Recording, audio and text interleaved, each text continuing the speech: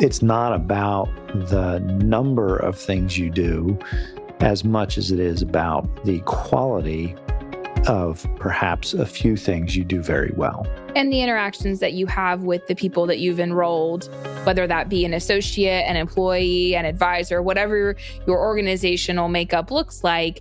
I actually, in the conversation that I had with Jordan Peace, he and I were discussing this concept, right, of when you're starting an organization, you hire those first 1, 2, 3, 4, 5, 6, 7 people, and you really want them to be aligned with the core values that you've established for your organization.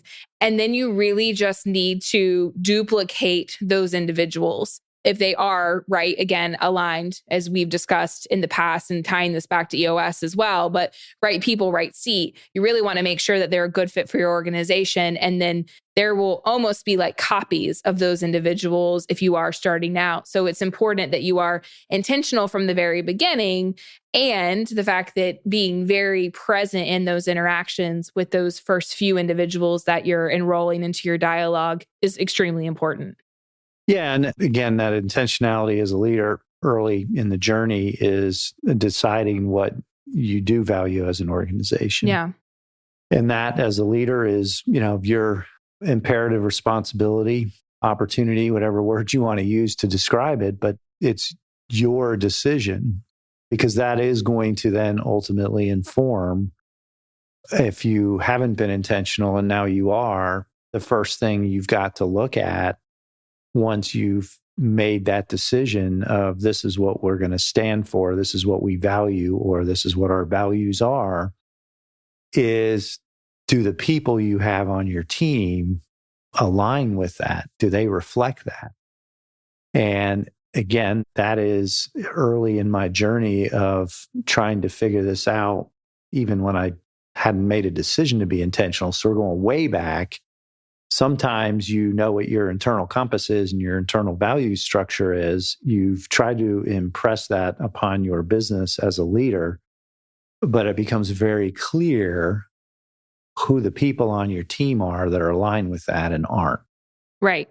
And that becomes kind of the first step, is to your point about replicating.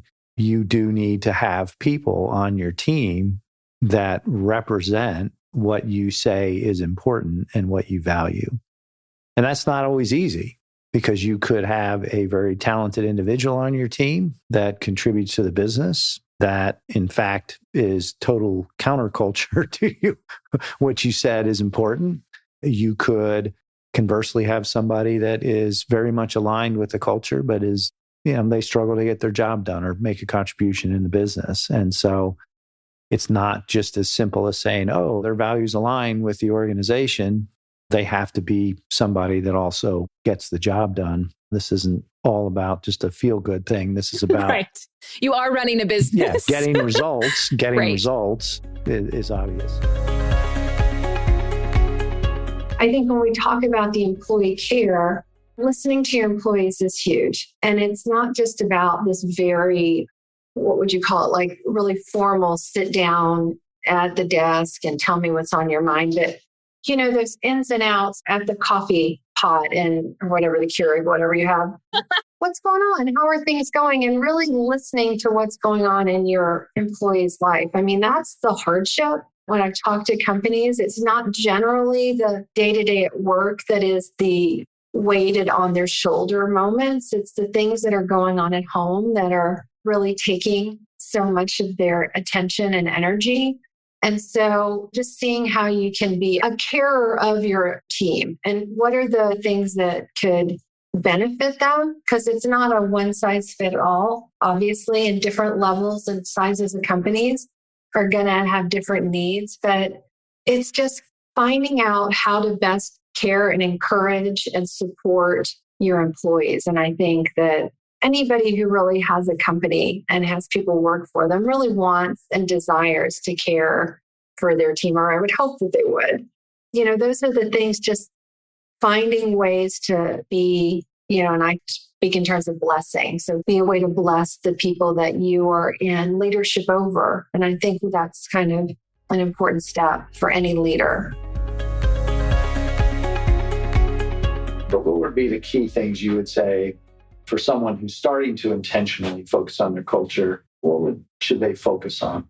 I'll answer this kind of like how I would run the business journal in that regard, especially with less employees, it's a lot easier, obviously. But I mean, at the end of the day, it starts with that communication, just upfront, straightforward communication, meaning if I have my team, let's have a discussion. I want to have a discussion with every single body, everybody, and just be like, hey, what do you think the culture is? What do you want? Like, what's going to make you happy? I hate to use the Simon Sinek thing, but what is your why? What drives you? And then what do you want out of the organization? What do you need from me? And let's have that open conversation. Let's meet. If we need to meet in the middle, let's meet in the middle. But at the end of the day, just making everyone feel involved. And again, larger organizations, it's a little bit tougher, but that's where you have that, the middle management, the managers that have maybe 30 or 40 people under them. But then it's truly just having that authentic communication. Because what I see, the companies that struggle the most, and it happens with everyone because it's tough, is that internal communication. How are we communicating the changes that are going to be made? How we communicate it to everyone? Does people need to have an input? I know some decisions have to be made. They just have to be made. But if you think about it from an overall company standpoint, from the culture standpoint, that's where I think you need to have everyone involved. Everyone needs at least a say-so or a chance to have that say-so. And that's just going to keep everyone engaged. Because if I say something to my C-level executives here in the Charlotte office, and it's going to be heard, it makes you want to speak up even more. It's like, okay, well, that's great. I'm glad you hear me. What can I do to continue for you to trust me? So my input does matter. So I know communication is a very cliche answer, but it's the most important piece. Develop effective leaders. I think the main thing that people need to focus on is being able to develop their communication style, not only written, but more so verbal. How many times have you been sitting on a conference call and the person presenting is, today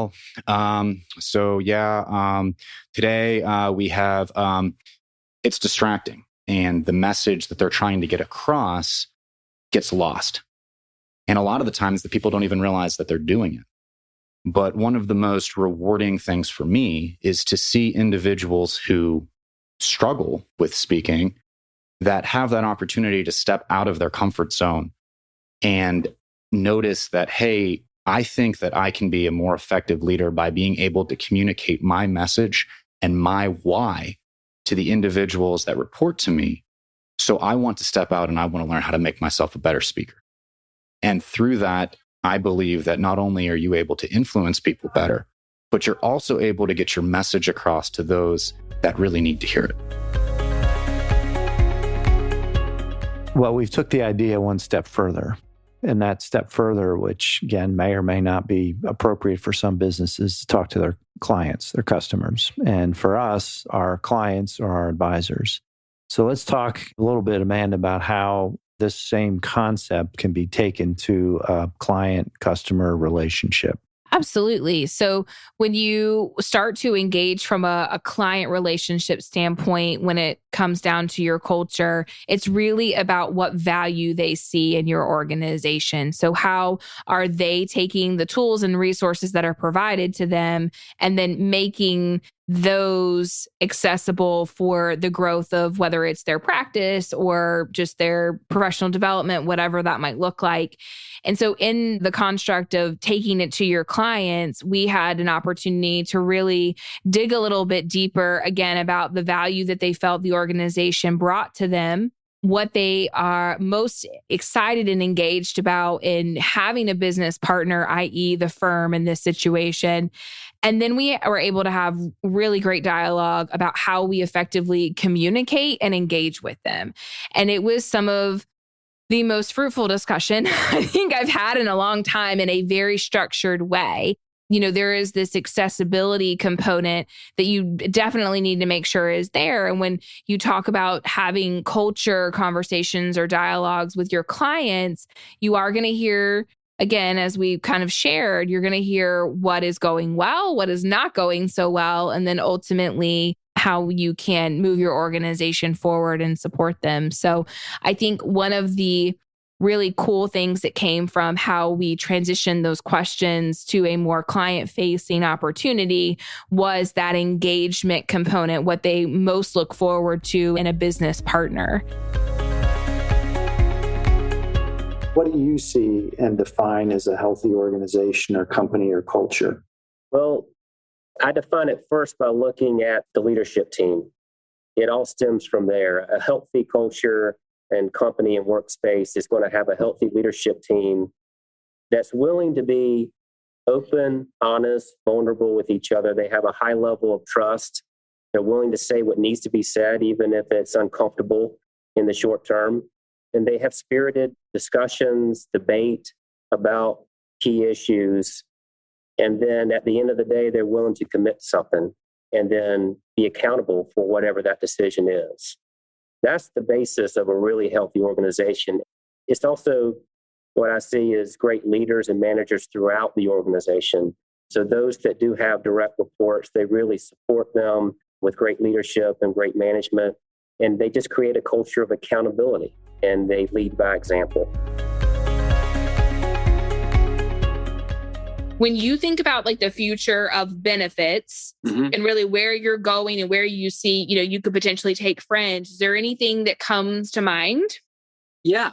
For one, I think the world is shifting from a standpoint of there used to be this paradigm of there's full-time and there's part-time. And those lines, I think, are going to get continuously more blurred, right? There's more gig work alongside. And I also run my own company from home. And everybody's got like 2 or 3 side gigs. Like that is, you just see that happening more and more and more. And so I think even the concept of benefits as something that only is applicable to a full-time employee, that probably is going to need to shift, right? So I don't know exactly what that looks like. And I think, too, the personalization aspect. Now, Fringe, of course, it's all personalization, but that is just lifestyle benefits. It's in its own category for the moment. I think that personalization is going to begin to spread across traditional benefits as well, to the point where someday in the not so distant future, instead of saying, here's your health, here's your life, here's your 401k, et cetera, it's here's your $15,000 a year for you to choose where it goes on benefits. You can choose health and 401k and Fringe. You could choose not health because you get it through your spouse and you get a whole lot of Fringe and the best life insurance plan in the world, right? Like you choose, right? I think that back in the day, it was called the cafeteria model, but I refer to it as the Starbucks model now because that's what we grew up with, right? It's right, like exactly. Choosing exactly that like 17-word description of the perfect drink. I think that's where benefits are, right? I mean, it's extra whip and this is like, it's ridiculous. But that's what we know as consumers. And if the workplace doesn't catch up with the marketplace, people are going to lose interest. Like you got to keep up with this consumerism, this personalization, customization. Like that's what our generation and younger, that's all we know. Well, and I think it's also too the accessibility of it. So it is tangible. And I know I've used that word a couple of times, but it's tangible in a very different way than for me, my parents going through their collegiate career. And then also, of course, actually being in the workforce, just the benefit offering was very different. And it was those intangible things that ultimately resulted in making sure that, you had coverage is what I'll call it in some way, shape or form. But now it's this, we constantly are being pinged and push notifications and all these different things. And so it's the accessibility to say, okay, this works for my life right now. It might not in 5 years, and that's okay. And I have the ability to change that. I have that selection power almost versus it just saying, okay, here are the 5 things that you get for being part of this organization, which I think is very, very intriguing, especially the conversation of the part-time versus full-time and what does that look like? And where is that kind of threshold of, okay, you are a full employee of said organization and here's what you can pick from. As you said, that kind of cafeteria style Starbucks. I like that reference a lot. I'm just trying to update it. Yeah. Yeah. You can have your drink and all the 17 ingredients that go along with that. And you can actually like preset it and you just hit a button when you're ready to order it, which I think is just insane. We've grown so much in the accessibility component of how we consume things in life.